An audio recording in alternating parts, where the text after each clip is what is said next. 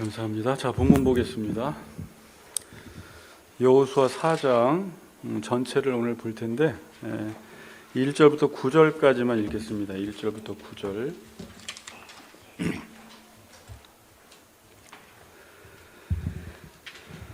여호수아 4장 1절부터 9절입니다. 제가 봉독하겠습니다. 그 모든 백성이 요단을 건너기를 마침에 여호와께서 여호수아에게 말씀하여 이르시되 백성의 각 지파의 한 사람씩 12사람을 택하고 그들에게 명령하여 이르기를 요단 가운데 제사장들의 발이 굳게 선 그곳에서 돌 12를 택하여 그것을 가져다가 오늘 밤 너희가 유숙할 그곳에 두게 하라 하시니라. 여호수아가 이스라엘 자손 중에서 각 지파의 한 사람씩 준비한 그 12사람을 불러 그들에게 이르되 요단 가운데로 들어가 너희 하나님 여호와의 궤 앞으로 가서 이스라엘 자손들의 지파수대로 각기 돌 한 개씩 가져다가 어깨에 매라. 이것이 너희 중에 표징이 되리라.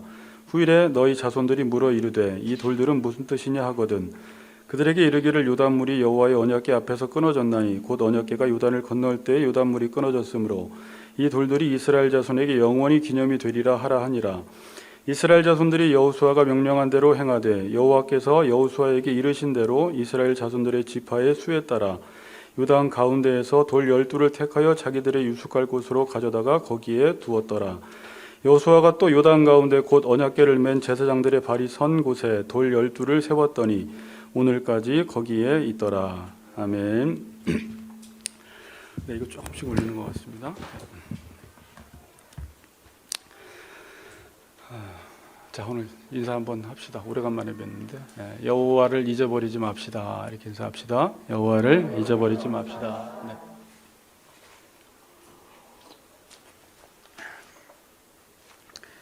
자, 오늘 제목은 여호와의 손이 강하신 것을 알게 하여라는 제목으로 좀 말씀을 같이 나누겠습니다.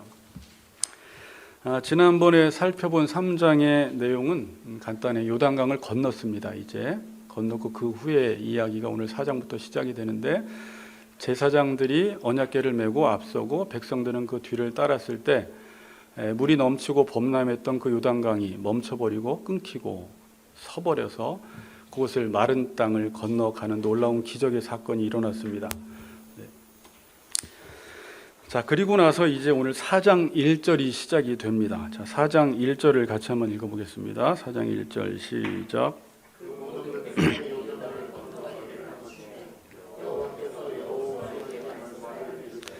네, 그 모든 백성이 요단을 건너기를 마침에 여호와께서 여호수아에게 말씀하여 이르시되 모든 백성이 요단 건너기를 마쳤다라고 말을 하는데 이 요단 건너기를 마쳤다라는 것은 단순한 어떤 사건의 정보를 알려주는 것이 아닙니다.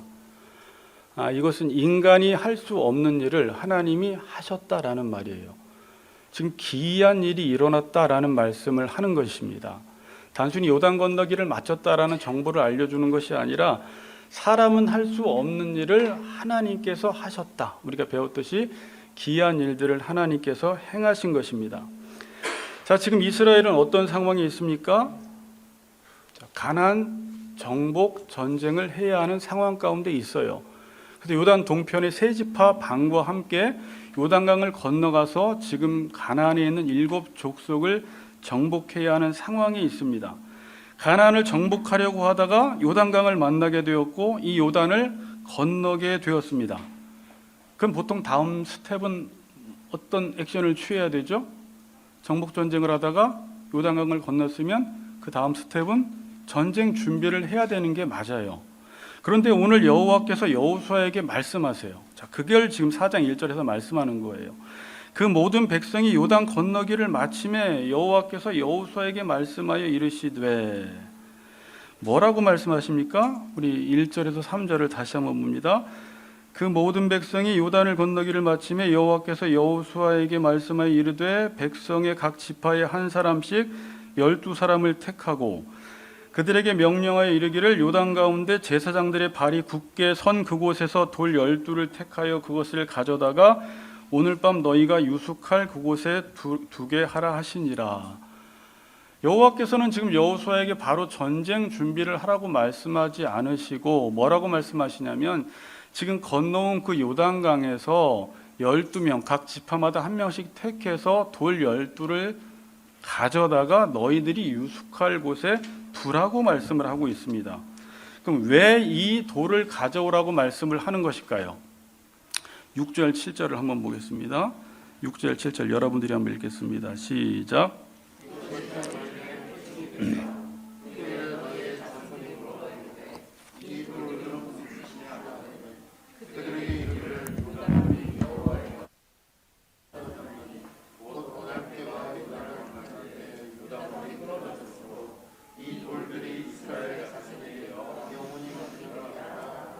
여기도 중요한 말씀을 해요. 6절에 보니까 이것이 너희의 표징이 된다. 7절에서는 이 돌들이 이스라엘 자손에게 영원한 기념이 된다는 것입니다. 6절에 보면 표징이라는 단어가 나오는데 이 표징이라는 단어는 증거라는 의미예요. 증거물이라는 의미고 7절에 기념이라는 단어는 생각나게 하는 것, 기억이라는 의미입니다. 그럼 그 뜻이 뭐예요? 돌을 가져오는데 그 돌은 증거가 되어서 생각나게 하라는 것입니다. 그러니까 무엇을 생각나게 하라는 거예요. 그 돌을 볼 때마다 무엇을 기억하고 무엇을 생각하라는 것입니까? 7절에 나와 있죠. 그들에게 이르기를 요단물이 여호와의 언약궤 앞에서 끊어졌나니 곧 언약궤가 요단을 건널 때에 요단물이 끊어졌으므로 이 돌들이 이스라엘 자손에게 영원히 기념이 되리라 하라 하니라. 그러니까 여호와의 언약궤 앞에서 요단물이 끊어진 것에 대해서 돌을 세워서 증거를 삼고 그 돌을 볼 때마다 이것을 생각나게 하라는 거예요. 뒤에 보면은 본인들뿐만이 아니라 앞으로 이 자손들에게도 이 돌이 무슨 뜻이냐라고 했을 때 이 돌의 의미를 바르게 알려주라고 지금 말씀을 하고 있습니다. 요단물이 여호와의 언약궤 앞에서 끊어졌다. 언약궤가 요단을 건널 때 요단물이 끊어졌다라는 것을 기념을 하래요. 자, 근데 우리가 어떤 사건을 똑같이 봐도 보는 사람에 따라서 보는 게 다르고 강조점이 달라요. 그러니까 요단강의 사건을 봐도 모든 사람이 봐도 그것을 봤을 때 생각나는 게 다 다를 수가 있다라는 거예요. 그래서 지금 하나님께서는 분명히 이 요단강 사건을 통해서 우리가 기억해야 할 것을 기억하기를 원하시는 것입니다. 자, 우리가 제가 CNM을 지금 이렇게 말씀 묵상하는 걸 봐도 우리 조 목사님이랑도 그런 말 했는데 어떻게 성도들이 똑같은 본문을 봤는데 어쩌면 이렇게 묵상한 내용이 다양하냐라는 거예요.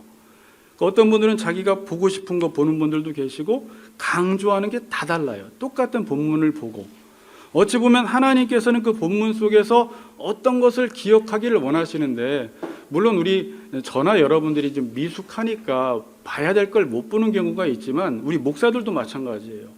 오늘 똑같은 여호수아 4장 본문을 설교를 해도 똑같은 본문을 가지고 어떤 분들은 A를 강조하고 어떤 분은 B를 강조하고 그 설교 내용이 다 다르단 말입니다. 그러니까 하나님께서 요단강 사건을 통해서 꼭 너희들이 기억해야 할 것을 기억하기를 지금 원하고 계십니다. 특별히 뭘 기억하라고 하냐면 언약궤 앞에서 요단강이 끊어진 것을 기억하라는 거예요. 제가 이걸 좀 묵상을 하면서 요단강 사건을 보면서 잘못하면은 요단강이 어떻게 갈라졌는가, 어떻게 갈라졌는가에 대한 방법론을 생각하는 사람들이 있을 수가 있어요. 그래서 요단강을 보면 어떻게 갈라졌어요, 지금 여러분? 여러분들이 묵상을 했을 때.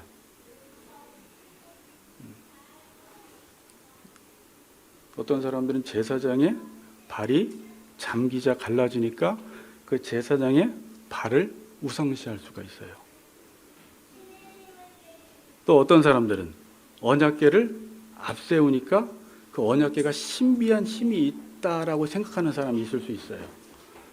그래서 사람들은 그 언약궤가 갈라지는 것을 보면서 여호와의 일하심을 묵상하기보다 어떻게 하면 이 요단강이 갈라졌을까라고 해서 그 제사장의 신발을 신성시할 수가 있고 언약궤 자체를 신성시할 수가 있어요.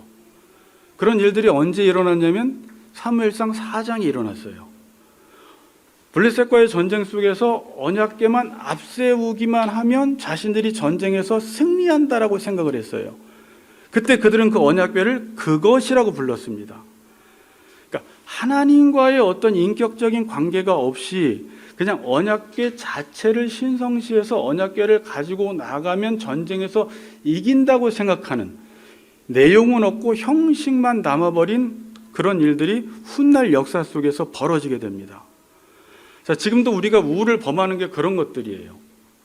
신앙생활을 하다가 자꾸 방법을 생각하는 거예요. 저도 가끔 방법을 생각하고, 목사님들 사이에서도 어떻게 해서 교회가 그렇게 부흥했느냐라고 질문을 했을 때 이렇게 이런 방법을 쓰면, 이런 제자훈련을 하면, 이런 프로그램을 도입하면 부흥이 일어난다라고 하는데, 그 자체가 신비한 힘이 있는 게 아니에요.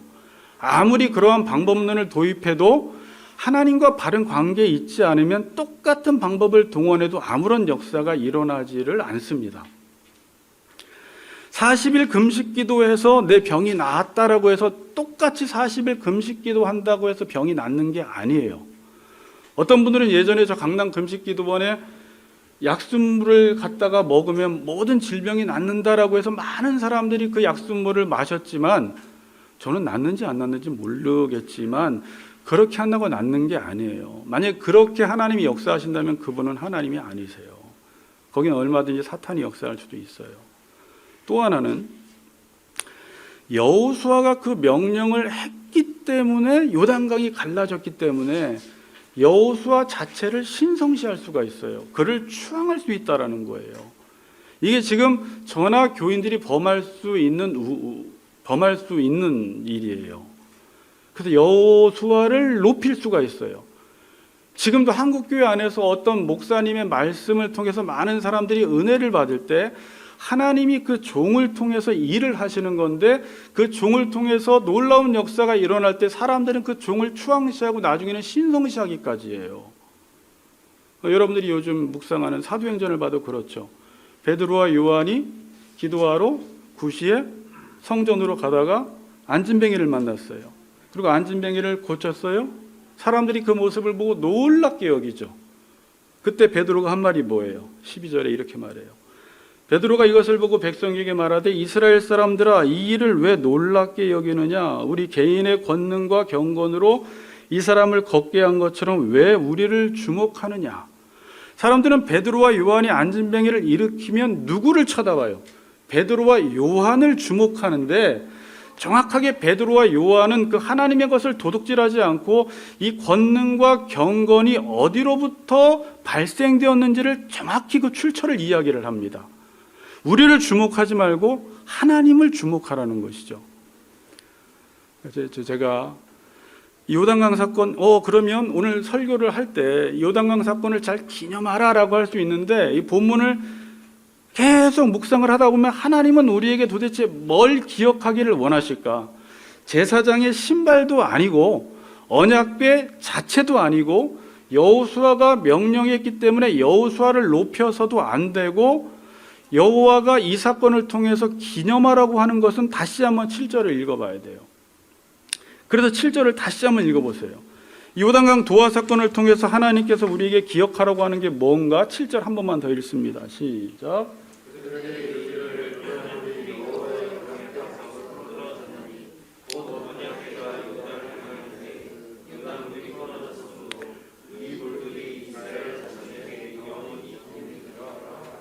여러분 뭘 기억해야 될지 아시겠어요? 이 딱 구절을 보면 하나님이 돌을 세워서 12돌을 세워서 우리에게 뭘 증거물을 삼아서 뭘 기억하고 뭘 생각나게 하라고 말씀하는 것일까요? 여호와의 언약궤 앞에서 끊어졌다라고 말하고, 그 뒤에는 곧 언약궤가 요단을 건널 때 요단물이 끊어졌다라고 말을 해요. 첫 번째부터 살펴볼게요. 여호와의 언약궤 앞에서라는 말인데, 여호와라는 말이 뭐예요? 언약을 지키시는 하나님이세요. 언약궤도 언약을 지키시는 하나님이세요. 지금 하나님께서 말씀하고 싶은 것은 여호와께서 택한 백성에게 언약을 이루어 가시기 때문에 이러한 일들이 이루어졌다라는 말을 하는 거예요. 지금 요단강이 왜 갈라졌어요? 하나님께서 이스라엘 백성들에게 가나안 땅을 주기로 약속을 하셨어요. 이 언약을 이루기 위해서 지금 요단강을 건너가야 하는데 하나님께서 기적을 일으키셔서 그의 언약을 이루어 가시는 차원에서 요단강은 갈라졌다라는 말입니다. 12돌을 가져다가 유숙할 곳에 길갈에 두라고 했는데 12돌도 무엇을 상징해요? 12지파를 상징하는 것입니다. 하나님이 12지파와 언약을 맺으셨어요. 그리고 가나안 땅을 주신다고 했어요. 가나안 땅을 가다가 지금 요단강이 있습니다. 물이 범람했습니다. 건너갈까요? 못 건너갈까요? 이건 건너갈까요? 못 건너갈까요? 할 때 인간의 능력이 있으니까 건너가는 것이 아니라 하나님이 언약을 하셨으니까 이 요단강을 가르치는 것입니다.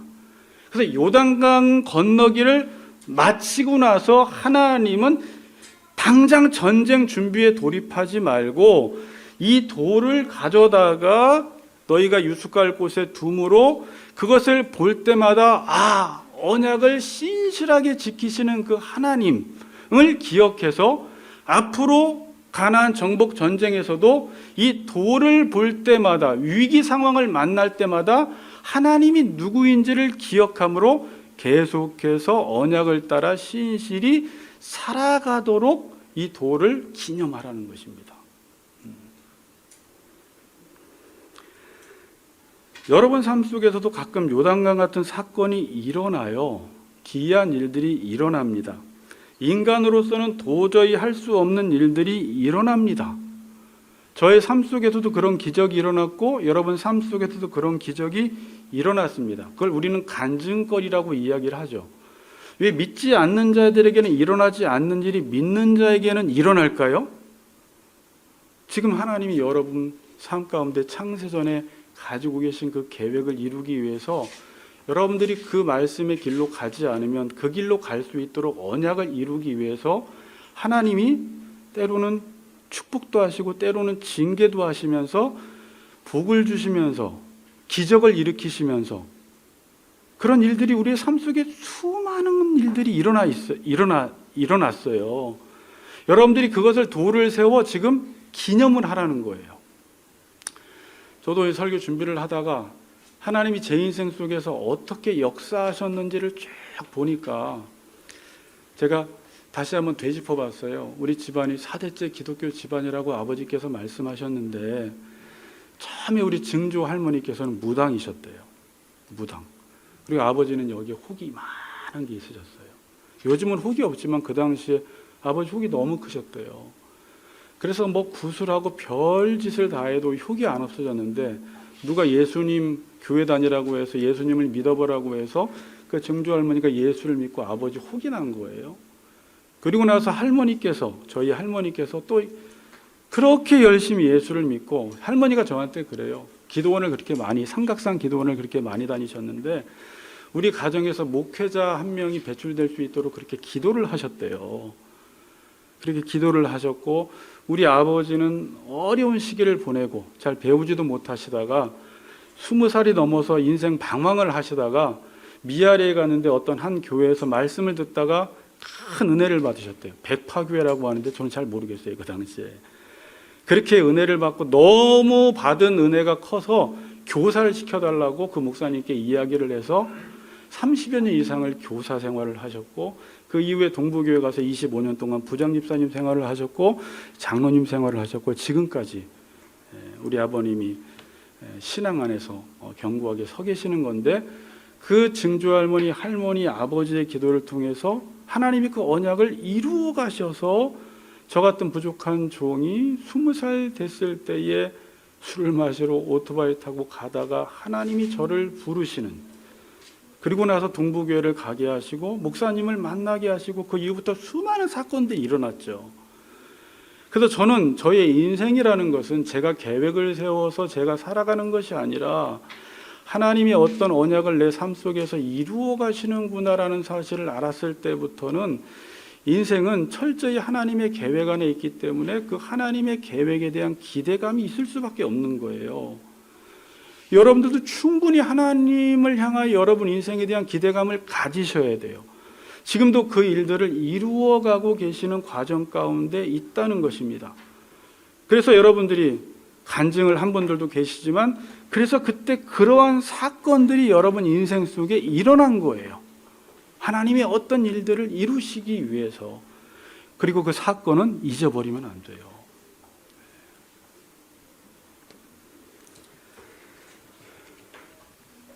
또 한 가지는 7절에 요단 물이 여호와 언약궤 앞에서 끊어졌는데, 또 이렇게 말하죠. 곧 언약궤가 요단을 건널 때 요단 물이 끊어졌다라고 말을 하는데, 언약궤가 요단을 건널 때 요단물이 끊어졌다라는 말이 뭐예요? 하나님이 언약을 이루어 가시지만 제사장이나 백성들이나 세 지파 반이 본문에 보면 모세가 명령한 대로 싸우려고 건너갔다라는 말이 나와요. 그래서 인간의 행위를 계속 강조하고 있어요. 자, 본문 보세요. 10절부터 보세요. 10절에 보시면 백성은 속히 건넜으며, 11절에 모든 백성이 건너기를 마친 후에 여호와의 궤와 제사장들의 백성의 목전에서 건넜으며, 12절에 그 세 지파 반 있죠. 르우벤 지파, 갓 자손, 므낫세 반 지파는 모세가 그들에게 이른 것 같이 무장하고 이스라엘 자손들보다 앞서 건너갔으니 무장한 4만 명가량이 여호와 앞에서 건너가 싸우려고 여리고 평지에 이르니라. 지금 무슨 말씀을 하는 거예요? 여호와는 언약을 지키시는 하나님인데 그 언약대로 행하는 자에게, 건너가는 자에게 반드시 기이한 일을 이루신다라는 것을 지금 기념하라는 거예요. 7절의 내용이 뭐예요? 여호와는 언약을 행하시는 분인데 그 언약대로 행하는 자에게 반드시 하나님께서 기이한 일들, 요단강이 갈라지는 이러한 놀라운 일들을 이루어 주신다라는 것을 너희들은 꼭 기억하라 라고 지금 말씀하고 있는 것입니다. 여러분, 그리고 여호수아 4장 20절 이후에는 이 돌을 기념해야 하는 이유를 이렇게 설명하고 있습니다. 20절에서 24절을 한번 읽어봅시다. 여러분들이 잠시 20절에서 24절입니다. 시작.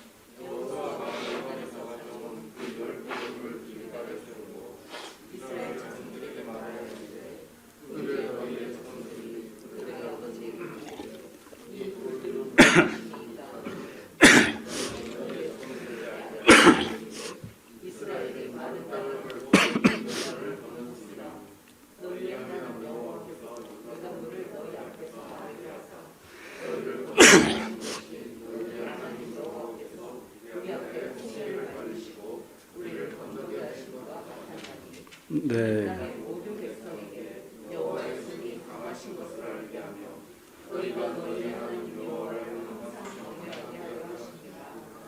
네, 아멘. 너희는 너희 자손들에게 알게 하여 이르기를 이스라엘이 마른 땅을 밟고 요단을 건넜음이라. 너희 하나님 여호와께서 요단물을 너희 앞에서 마르게 하사 너희를 건너게 하신 것이 너희 하나님 여호와께서 우리 앞에 홍해를 말리시고 우리를 건너게 하신과 같았나이다. 두 번째는 너희의 자녀들이 여호와가 어떤 분이신지를 알게 하라는 것입니다. 특별히 요단을 마른 땅 건너가듯이 건너갔다라는 말씀을 하시면서 이 일은 하나님이 하셨음을 자녀들에게 반드시 알려주라라고 지금 말씀하고 있습니다. 그러면서 24절에 이는 땅의 모든 백성에게 여호와의 손이 강하신 것을 알게 하며 너희가 너희의 하나님 여호와를 항상 경외하게 하려 하심이라. 자, 본문을 보면 계속해서 하나님은 어떤 사건을 일으키시고 그 사건 자체에 너무 집중하지 말고 그 사건을 일으키신 하나님이 누구신지, 하나님이 왜 그 사건을 일으키셨는지를 저와 여러분들이 기억하기를 원하고, 여러분들만 아는 것이 아니라 그 여호와 하나님께서 강한 손으로 요단강을 가르신 것을 우리 후대의 자녀들에게도 알게 하라는 데 목적이 있는 거예요. 이 4장 전체의 목적이. 이 시대의 많은 젊은이들이, 우리의 자녀들이, 또 저나 여러분들이 지금 여호와를 잘 섬기지 못하는 이유, 여호와를 경외하지 못하는 이유, 잘 예배하지 못하는 이유가 뭘까요? 여호와를 알지 못해서 그래요. 여호와를 알지 못해서. 여러분, 원래는 이 세상을 바라보면 여호와를 알아야지 정상이에요. 왜냐하면 이 세상 자체가 하나님이 창조하시고 하나님이 만든 질서들을 하나님이 돌리심으로 이 세상이 운행되기 때문에 이 세상을 보면서 하나님을 보지 못한다라는 것은 소경인 거예요. 수많은 사람들이, 수많은 지혜자들이 역사를 돌리는 것처럼 보이지만 우리가 믿음의 눈을 떠서 보면 이 세상은 하나님의 영광의 무대예요. 하나님을 알 수밖에 없는 곳이에요. 하나님의 신성과 하나님의 능력이 만드신 만물 가운데 충만히 있어요. 특별히 하나님은 이 세상을 만드시고 질서를 만드셨어요. 그리고 그 질서를 돌리고 계세요. 그래서 이 세상이 지금도 운행되고 있는 것입니다. 그런데 인간은 그 하나님이 만드신 질서를, 이성을 가지고 법칙을 발명한 것이 아니라 법칙을 발견을 했어요. 그리고 여러 가지 법칙들을 물리학에서나 과학에서 우리들이 발견한 것들을, 공식을 세우죠. 그런데 사람들은 그 법칙에 의해서 이 세상이 돌아가는 줄 알아요. 그것이 절대 진리인 줄 알아요. 그런데 그렇지 않아요. 그 법칙 너머에 계신, 그 법칙을 만드신 하나님께서 일반 은혜, 일반 질서를 유지시키시면서도 이 세상을 유지하시고, 또 하나님이 하고자 하시는 일을 이루시기 위해서 때로는 비상선미로 기적을 일으키셔서 하나님의 그 뜻을 이루시는 분이 하나님이세요. 이걸 가리켜 여호와의 손이 강하신 것을 알게 하라는 말이에요. 여호와가 단순히 힘이 세다 그 말이 아니에요. 하나님이 강하시다라는 말은 이 세상을 하나님이 컨트롤하신다라는 거예요. 아무리 인간들이 지혜롭고 똑똑하다고 하지만 하나님께서 훨씬 더 강하셔서 그분이 말씀만 하시면 이 세상이 창조되어지는 것이고, 그분이 말씀하시면 이 세상이 다 풀어 헤쳐지는 거예요. 누구에게? 이 자녀들에게 이 여호와가 얼마나 강한지를 알게 하라는 거예요. 그래서 그분을 경외하는 삶을 살게 하라는 것입니다. 지금도 많은 사람들이 여호와를 알지 못하면 여호와를 섬기지 않고 여호와가 만든 법칙을 섬기는 게 사사기서에서 말씀하는 바알과 아스타롯을 섬기는 것입니다. 왜 사람들이 우상 숭배를 해요? 여호와의 손이 강하다라는 것을 알지 못해요. 그래서 많은 사람들이 이 세상의 법칙들, 이 세상의 공식들, 이 세상의 지혜들을 따라 살아가는 거예요. 그런 사람들이 예배당에 나와서 여호와를 경외할 수 있겠습니까? 예배할 수 있겠습니까? 예배가 안 되죠. 그러나 만물의 주권자가 하나님이시고 그분이 이 세상을 다 컨트롤하신다라는 사실을 알면 그분을 예배하지 않을 수 없고, 그분을 높이지 않을 수 없고, 그분을 두려워하지 않을 수 없고, 그분을 경외하지 않을 수 없는 것입니다. 이걸 너희들의 자손들이 알게 하라는 것입니다. 그래서 가정마다 집에 이 돌들이 있어야 돼요. 이 기념비가 있어야 돼요. 이 간증거리가 있어야 돼요. 그리고 여러분, 이 간증거리는 예전에도 많은 사람들한테 간증하세요는, 목사님 저는 간증할 게 없는데요가 아니라 하나님의 택한 백성들에게는 이런 간증거리가 있을 수밖에 없어요. 왜냐하면 하나님이 그 개인을 향한 그 언약과 계획을 이루어 나가시기 때문에 남들에게는 일어나지 않는 뜻밖의 일들, 희한한 일들, 일어날 수 없는 일들, 하나님만이 하실 수 있는 일들이 계속해서 일어난다라는 것입니다. 그래서 여러분이 돌을 세워 놓으세요. 여러분 집에 가서 돌 세워 놓으라는 말이 아니라 마음속에 이런 기념비를 세워 놓고 그 하나님을 잊어버리지 말라는 것입니다. 이게 뭐가 좋은 줄 아세요? 여러분 신앙생활을 하다 보면 또 위기가 와요. 목회를 하다 보면 앞이 캄캄할 때가 오고 여러분들이 어느 날은 그렇게 은혜를 받았는데 또 살다 보면 하나님이 안 계신 것 같은 상황이 또 와요. 삶에 큰 위기가 왔을 때 어디를 봐야 돼요? 이전에 하나님이 나의 삶 가운데 어떻게 일하셨는지, 나를 어떻게 부르셨는지, 내가 어떻게 구원을 받았는지, 내 인생 속에서 이 광야 생활 속에서 얼마나 하나님이 신실하게 나를 입히시고 먹이셨는지를 생각하면 지금 내 인생이 꼬이고 내 인생이 앞이 보이지 않고 안개처럼 희미해도 여전히 하나님은 나의 앞길을 인도하시겠구나라는 그 사실이 오늘 삶을 이길 수 있는 힘을 주신다라는 것입니다. 여호와의 손이 강하신 것을 알게 하여 너희가 너희의 하나님 여호와를 항상 경외하게 하게 하는 거예요. 이게 마지막 절이에요. 여러분, 인생의 위기가 언제 옵니까? 우리가 보통 생각하면 돈이 없으면 위기가 오는 것 같기도 하고, 친구들이 떠나고 주변에 사람들이 없으면 위기가 온 것 같기도 하고, 내가 하는 사업이 잘 안 되면 위기가 온 것 같지만 진짜 위기는 여호와를 잊어버릴 때 와요. 성경 전체는 사사기서가 특별히 그 이야기를 해요. 여호와께서 나에게 놀라운 일을 행하셨는데 그 일들을 잊어버리고 살 때 인생의 위기가 와요. 여러분은 어떠세요? 요즘 여호와를 잊지 않고 늘 여호와를 경외하며 그분의 일하심을 느끼며 그분이 나와 함께 하심을 느끼며 살아가세요? 아니면 그리고 언제 여호와를 잘 잊어버리세요? 언제는 잘 기억하고 언제는 잘 기억하지 못해요? 인생이 어려울 때는 여호와를 기억하고 싶지 않아도 기억하고 싶고, 인생이 잘 될 때는 여호와를 잊고 싶지 않은데 자꾸 잊어지게 돼요.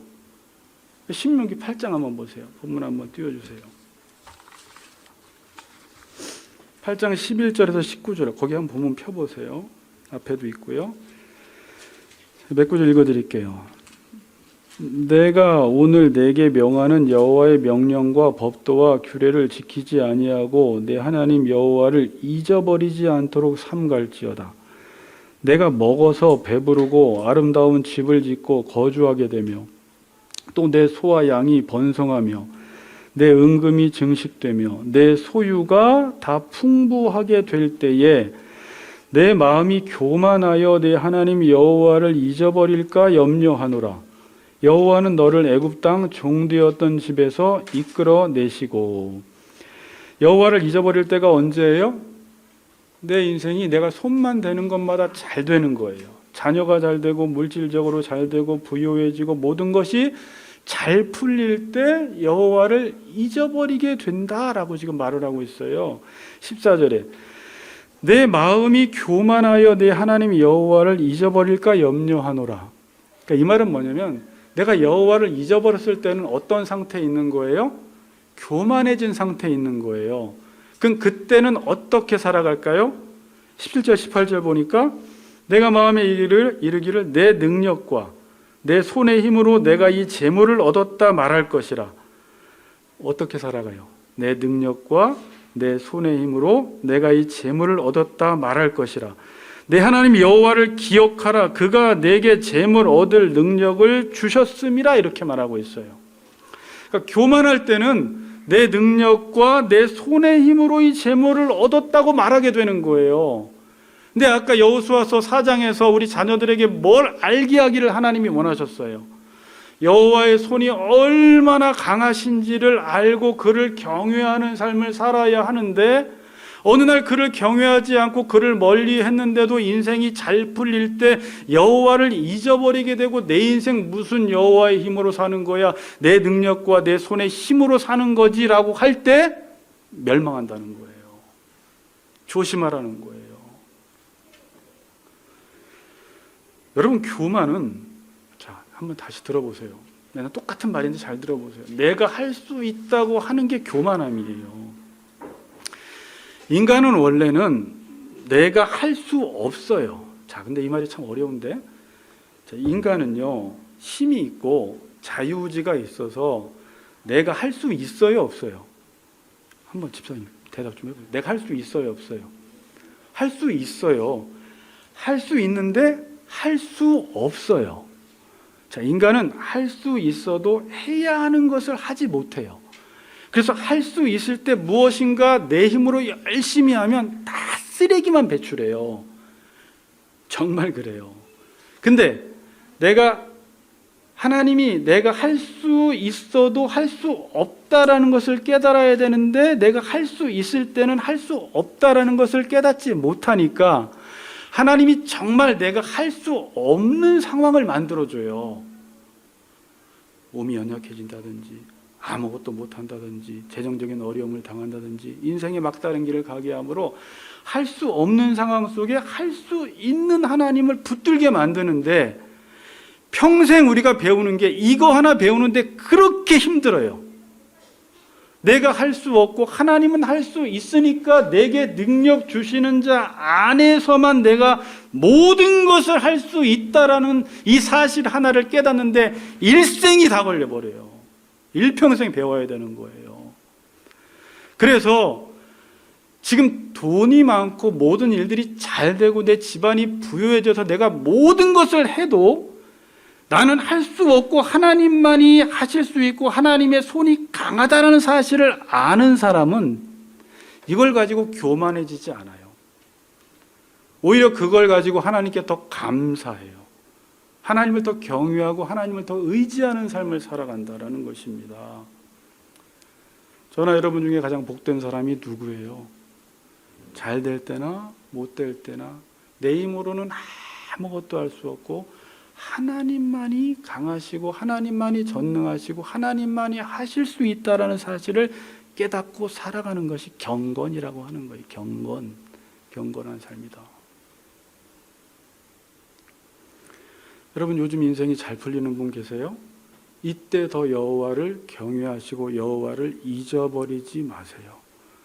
한번 잘 되기 시작하면 욕심이 발동이 걸리기 시작하면 이걸 자기 스스로 절제하지를 못합니다.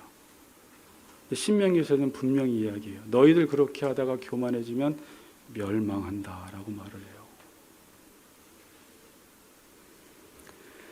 여러분 신앙의 회복은 어디에서 옵니까? 열심을 낸다고 오지 않아요. 뭘 한다고 신앙의 회복이 일어나지 않습니다. 인생이 힘들 때는 무엇부터 생각해야 하냐면 여호와가 누구이신지부터 생각을 해야 돼요. 그분이 누구이신지, 그분이 나를 은혜로 부르신 그분, 지금까지 그분의 은혜로 살아왔고 지금 내 인생 너무 힘들지만 여기서 절망하지 말고 그분은 신실하게 언약을 이루시는 분이기 때문에 지금 내 인생 앞길이 아무것도 보이지 않는다 할지라도 그분은 끝까지 나의 삶을 책임지신다라는 이 사실이 우리의 삶을 회복시켜 나가는 거예요. 빌립보서 1장 6절에 보면 너희 안에서 착한 일을 시작하신 이가 그리스도 예수의 날까지 이루실 줄을 우리는 확신하노라. 이 한 구절로 로이준수 목사님은 책 한 권을 쓰셨는데 제가 이 구절 너무 좋아하거든요. 너희 안에서 착한 일을 시작하신 이가 그리스도 예수의 날까지 이루실 줄을 확신한다는 거예요. 우리의 인생 하나님께서 시작하셨고 하나님의 은혜로 살다가 지금 하나님의 은혜가 다 끊어진 것처럼 보이는 이 순간에도 하나님은 분명히 그 하나님의 은혜로 우리의 생애를 마치게 하시는 분이 하나님이다라는 사실을 잊지 말라는 것입니다. 이스라엘 백성들이 이제 요단강을 건너고 정복전쟁을 하다가 위기를 만났을 때 무슨 생각을 해야 돼요? 길갈에 12돌을 바라보면서 여호와가 누구이신지를 다시 한번 인식하고 믿음으로 살아간다면 가나안을 정복할 수 있었어요. 그런데 사사기서에 보면 이들은 조금만 잘 되면 바알과 아스타롯 이방신을 섬겨버리는 거예요. 그리고 또 이방인들로부터 공격을 당하면 그때서야 또 하나님께 부르짖어요. 그리고 또 하나님이 구원해 주시면 또 신앙이 그냥 느슨해져 가지고 또 이 세상을 또 섬겨요. 그래서 사사기서 8장 34절은 이렇게 이야기해요. 이스라엘 자손이 주위의 모든 원수들의 손에서 자기들을 건져내신 여호와 자기들의 하나님을 기억하지 아니하며. 여기서 하나님은 나는 자기들의 하나님이라고 표현을 하세요. 자기들의 건져내신 여호와 자기들의 하나님을 기억하지 않았어요. 여러분, 세상에 나가면 너무나 많은 것들이 우리의 생각을 뺏어갑니다. 여호와를 기억하지 못하게 해요. 그럼 우리는 또 정신없이 여호와를 잊고 살아가는데, 오늘 본문은 지금까지 우리를 인도하신 하나님, 기적을 일으키시는 하나님, 특별히 요단강 사건을 통해서 여호와가 누구이신지를 너희들만 알 뿐만이 아니라 우리 자녀들에게 여호와의 손이 얼마나 강한지를 교육시켜서 이 자녀들이 평생 여호와를 경외하며 예배하며 살도록 꼭 가르치라고 우리에게 말씀하고 있어요. 찬양 가사처럼 지나온 모든 세월들을 돌아보면 그 어느 것 하나 주의 손길 안 미친 것 전혀 없습니다. 그때마다 여러분들이 거기에 돌을 세우세요. 그리고 그 돌을 늘 기억하세요. 힘들 때마다 과거에 역사하신 하나님, 그 하나님을 계속 기억하세요. 나를 구원하셨지, 나를 인도하셨지, 그때 위기 상황 속에도 하나님이 도와주셨지, 그러면 지금 위기 상황 속에도 하나님은 나를 버리지 않고 인도하실 거야 라는 사실을 기억하시고 그 하나님을 또 자녀들에게 가르쳐 주시고, 그리함으로 우리 모든 같이 걷는 교회 식구들 평생 여호와만을 경외하며 예배하는 복된 삶을 사시는 우리 모든 성도님들 되시기를 주의 이름으로 축복합니다.